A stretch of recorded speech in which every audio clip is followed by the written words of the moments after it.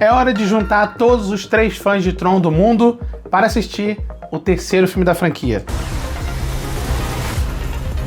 A ficção científica é o melhor território para você debater questões complexas e mais elaboradas como inteligência artificial. E não tem uma franquia melhor e mais promissora do gênero do que Tron, que basicamente já debatia isso desde a década de 80, só que sem utilizar esses exatos termos. Tron é um universo que foi criado exatamente para explorar os limites do universo digital e o físico. Desde o clássico de 1982, quando Kevin Flynn foi transportado para o mundo virtual, passando depois por Tron Legado de 2010, quando o filho dele, o Sam Flynn, tentou recuperar o pai no mundo virtual e encontrou um sistema muito mais complexo do que o estabelecido anteriormente. Com a chegada de Tron Ares, o terceiro filme da série, há uma tentativa aqui do estúdio de conquistar novos fãs, ao mesmo tempo que ele tenta recuperar as pessoas que gostaram do clássico e também da continuação de 2010. O novo capítulo da franquia é protagonizado pelo Ares, interpretado pelo Jared Leto, um programa de inteligência artificial que consegue se materializar no mundo real com o propósito de servir como uma arma militar. Ele é o típico soldado perfeito, você pode fazer vários com um clique de um botão e ele é completamente descartável. Porém, a companhia que o criou, comandada pelo Julian Dillinger, interpretado pelo Evan Peters, consegue manter o Ares em nosso mundo, mas apenas por um curto período de tempo. Assim, ele precisa encontrar um tal de código de permanência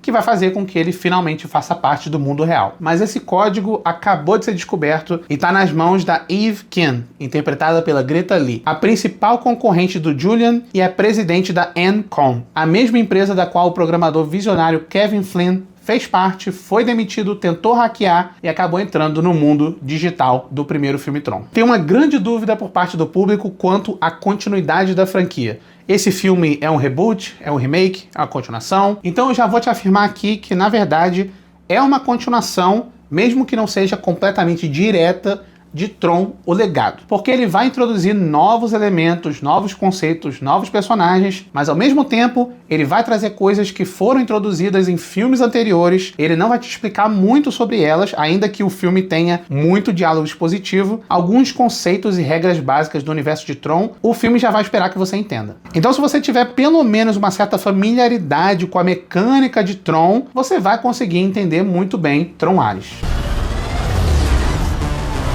Eu sei que eu tô na minoria, mas eu me diverti bastante assistindo o filme, e pra mim um dos pontos positivos dele é esse esforço que ele faz em introduzir novas dinâmicas, principalmente um novo uso para as ferramentas digitais que ele apresenta, como uma técnica de impressão que materializa o digital no mundo físico, ou a nova funcionalidade dos lasers e todos aqueles feixes de energia que são muito bem aproveitados nas sequências de ação. Tem umas sequências ali onde eles usam os bastões de energia e os light cycles, e eles criam todo aquele traçado, como é que é o nome daquilo? Sabe quando eles deixam tipo um rastro, isso? E eles deixam um rastro que depois se materializa no mundo real. Elementos do mundo real acabam interagindo com eles de uma forma que fica parecendo muito mais com aquela pegada de videogame do filme clássico. Essa parte eu gostei bastante, eu acho que na verdade o filme deveria ter feito isso muito mais. Contudo, ainda temos aquela mesma estrutura clássica de antes, então se você já tá cansado de ver todo o filme de Tron ser sobre a companhia Encom indo contra um Dillinger da vida, e aqui a gente tem o neto dele, que é interpretado pelo Evan Peters, aí você não vai ter realmente muita coisa nova. A grande novidade acaba sendo a responsabilidade do personagem interpretado pela pessoa que todo mundo menos gosta na história da humanidade, o Jared Leto. It's Morbin time. Mas eu vou explicar isso daqui a pouco. Esses aspectos mais requentados da franquia não chegam a me incomodar, mas eles tiram um pouquinho da graça de uma franquia que ela sempre foi tão inovadora em aspectos técnicos e também nas composições musicais, em toda a parte que realmente é o primeiro vislumbre que você tem quando você fala de audiovisual. Esse é o primeiro filme de Tron onde o neon do grid invade pela primeira vez as ruas do mundo real. Ele tem uma certa dificuldade em trabalhar o contraste de sombras e cores, principalmente nas sequências que são ambientadas de dia, ainda mais numa tomada que serve apenas como propaganda para uma famosa empresa de carro que soa completamente deslocada. E infelizmente esse é o tipo de interferência que um filme desse porte, um blockbuster desse tamanho, precisa passar para poder ser aceito hoje em dia por um bando de executivo que só vê a obra como um produto. Agora, sinceramente, falar dos efeitos visuais de Tron é chover no molhado. O único grande problema deles aqui é estar inserido numa narrativa que infelizmente é dirigida por alguém tão fraco quanto o Joaquin Ronin. Ele não sabe explorar o espaço, ele não sabe movimentar a câmera direito, tudo que ele faz é sempre estático, parado e do jeito mais preguiçoso possível. E, infelizmente, eu sei que algumas pessoas não vão gostar do que eu vou fazer aqui, e eu também não gosto de fazer isso geralmente, mas eu vou ter que comparar com o filme anterior, Tron Legado, e a direção do Joseph Kosinski, que é um cara muito mais talentoso, com um currículo muito mais invejável. E o que ele fez em Tron Legado, mesmo que você não goste do filme, não dá pra negar, ele tem uma direção muito mais inventiva e criativa na forma que ele trabalha todo o grid, os personagens interagindo com ele, aquele mundo virtual, na forma que ele abraça o artificial como parte da sua unidade estilística. Eu adoro que naquele filme ele não teve vergonha de utilizar tecnologias que ainda não tinham sido 100% desenvolvidas, mas pelo menos ele se arriscou.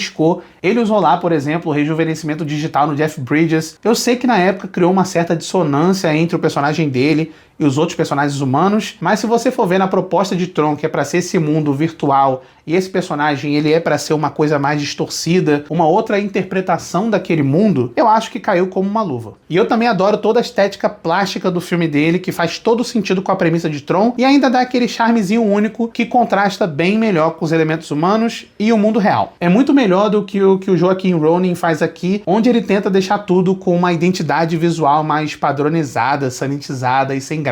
Ele tenta fazer ao máximo com que o mundo virtual e o mundo real não tenham um choque visual tão grande. Na verdade, eu acho que deveria ter sim, eu acho que deveria ter um contraste gritante entre os dois, porque essa é a graça de Tron. Dito isso, as sequências de ação em Ares não chegam a ficar devendo demais, ainda mais em duas cenas ali distintas envolvendo uma perseguição e uma fuga. As duas, como eu já mencionei, souberam utilizar as tecnologias do universo digital em interação com as ferramentas do nosso mundo. Então toda vez que eu via um carro, um helicóptero, um programa sendo cortado no meio por conta de um facho de luz, era maravilhoso, eu batia a palma sozinho igual um maluco. E é aí que ao mesmo tempo estão as melhores sequências do filme, mas também uma pena porque evidencia essa insistência do diretor em sempre voltar para uma coisa mais pé no chão, sem vontade de extrapolar o que pode ser feito com a tecnologia no maldito filme de Tron. Isso não chega a ser um grande problema sério que estraga a experiência, só é uma oportunidade perdida. Um outro aspecto que ao lado dos efeitos visuais também virou uma coisa garantida da franquia é uma excelente trilha sonora. Não dá pra negar que em todo filme de Tron as composições musicais são o ponto alto da obra. E aqui fica a grande questão que realmente estava na cabeça de todo mundo antes de assistir esse filme, mais importante do que a interpretação do Jared Leto, era uma coisa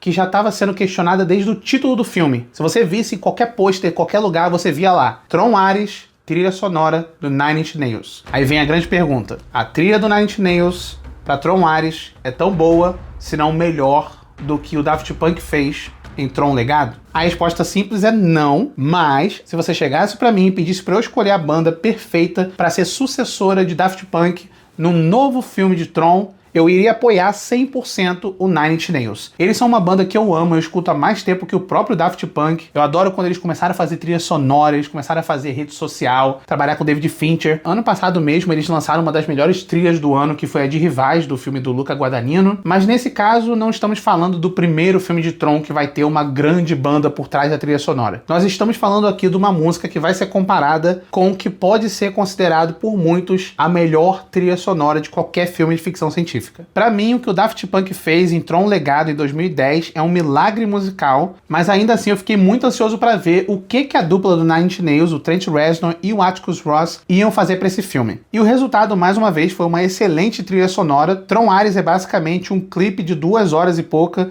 do Nine Inch Nails. Se você não gostar do filme, não gostar da trama de nada, pelo menos assiste só pela música do Nine Inch Nails, que já vai valer a pena. Eles usam muito das técnicas que já são comuns da banda, como por exemplo, aquele uso pesado de sintetizadores, muita distorção de corda, e o principal diferencial entre a trilha deles e a do Daft Punk é que dessa vez o Trent Reznor, o vocalista, ele empresta a voz dele para algumas músicas. É uma seleção musical que obviamente eleva os visuais da obra e faz com que até as partes mais fracas do drama sejam quase compensadas. Esse filme brinca muito com nostalgia e isso também pode ser visto ali na progressão musical do Nine Inch Nails. Tem até uma bela homenagem ali, uma música ou outra, ao estilo da compositora Wendy Carlos, que foi a visionária responsável pela trilha sonora do filme original. Então, mais uma vez, se você estava preocupado com a qualidade dos efeitos visuais ou da música de um filme de Tron, não se preocupa, mais uma vez, essa parte é de longe a melhor. Nine Inch Nails, man. Perfection. Mas como eu acabei de mencionar, essa necessidade de ficar dependendo muito de referência nostálgica, principalmente referências aos anos 80, é uma coisa que fica bastante cansativa na trama, mas ao contrário da trilha sonora do Nine Inch Nails, que serve pra criar essa ponte entre o passado, o futuro e esse presente perdido, tem uns momentos ali no filme onde ele joga gratuitamente umas referências dos anos 80, simplesmente pra poder fazer o personagem do Jared Leto parecer um pouquinho mais legal. Eles ficam mencionando carros, jogos clássicos, o maldito cubo mágico que ninguém consegue fazer. E em certo ponto do filme, o Ares tenta explicar por que ele gosta tanto da banda Depeche Mode. Ele não consegue colocar em palavras, é um sentimento que eu também compartilho com ele, mas não é o tipo de informação que eu jogo aleatoriamente numa conversa enquanto eu tô correndo contra o tempo e tem gente atrás de mim querendo me matar.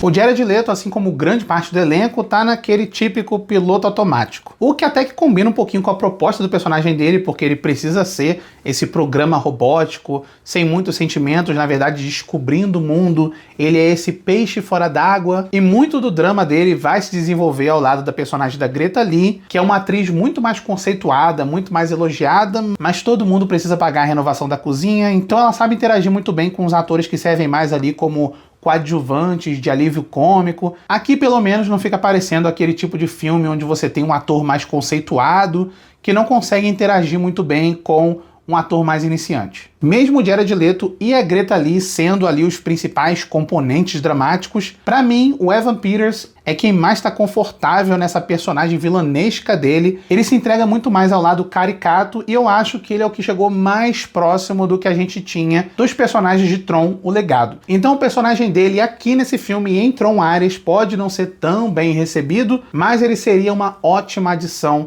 nos filmes anteriores de Tron. E aproveitando que eu tô na parte do elenco, eu já mencionei bastante sobre oportunidades perdidas desse filme. O maior crime desse filme é ter um nome como o da Gillian Anderson no elenco e não fazer nada com ela.